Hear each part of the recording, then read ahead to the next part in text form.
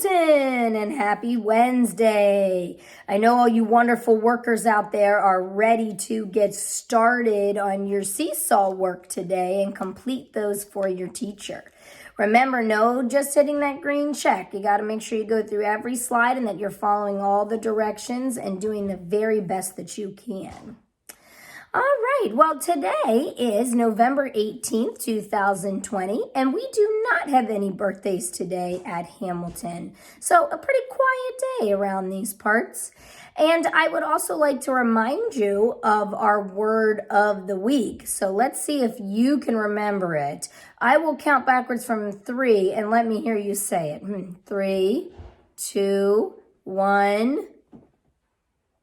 Did you say famished? I hope you did, because that means you've been listening. And we know that famished means when you are extremely, extremely hungry, you are starving. You could eat everything and anything in sight that you find.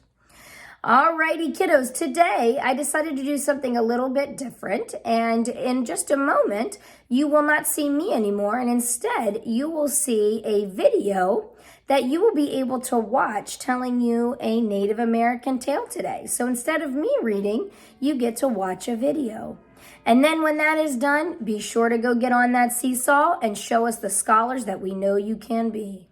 Have a wonderful day, and see you later, Gators.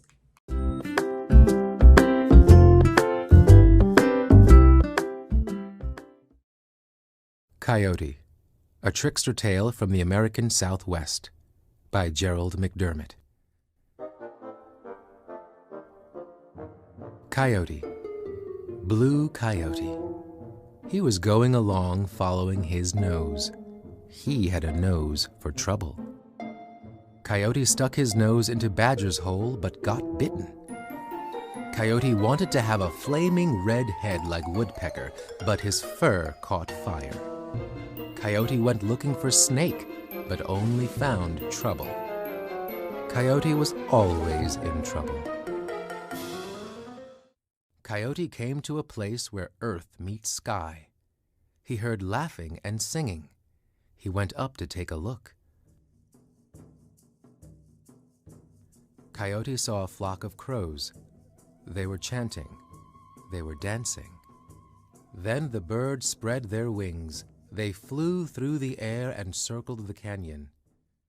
"Oh, if only I could fly," said Coyote. "I would be the greatest coyote in all the world." Coyote called to the crows. "Let me join you," he said. "This foolish coyote wants to be like us," Old Man Crow said to his flock.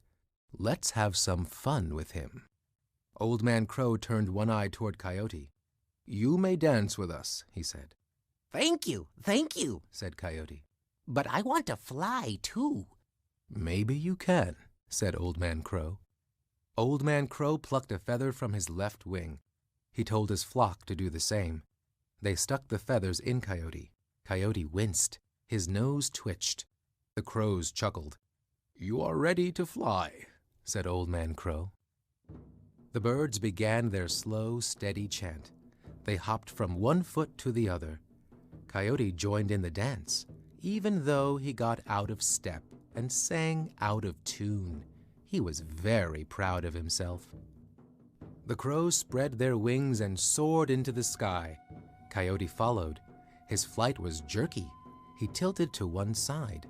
Since his feathers were only from the left wing of each bird, he was off balance. He fell to the ground. "Wait!" he cried out. "Don't leave me behind!" The birds returned and gathered round Coyote. "We must balance him," said Old Man Crow. Old Man Crow plucked a feather from his right wing. Each of his flock did the same. Coyote cringed as they stuck the feathers in his fur. The crows cackled. "Now I'm perfect," said Coyote. "I can fly as well as the rest of you." Coyote had become rude and boastful. He danced out of step. He sang off-key. The crows were no longer having fun. The birds again began their slow, steady chant. Coyote hopped along, flapping his feathered legs and singing sour notes. The dancers spread their wings and leapt into the air. Soon the crows were flying high over the canyon. Coyote struggled to keep up. Carry me! He demanded. The crows circled Coyote but didn't carry him. Instead, they took back their feathers one by one. Coyote sank through the air. He fell straight down. Woo! He howled. Coyote fell so fast his tail caught fire. He fell into a pool on the mesa. Coyote crawled out of the water.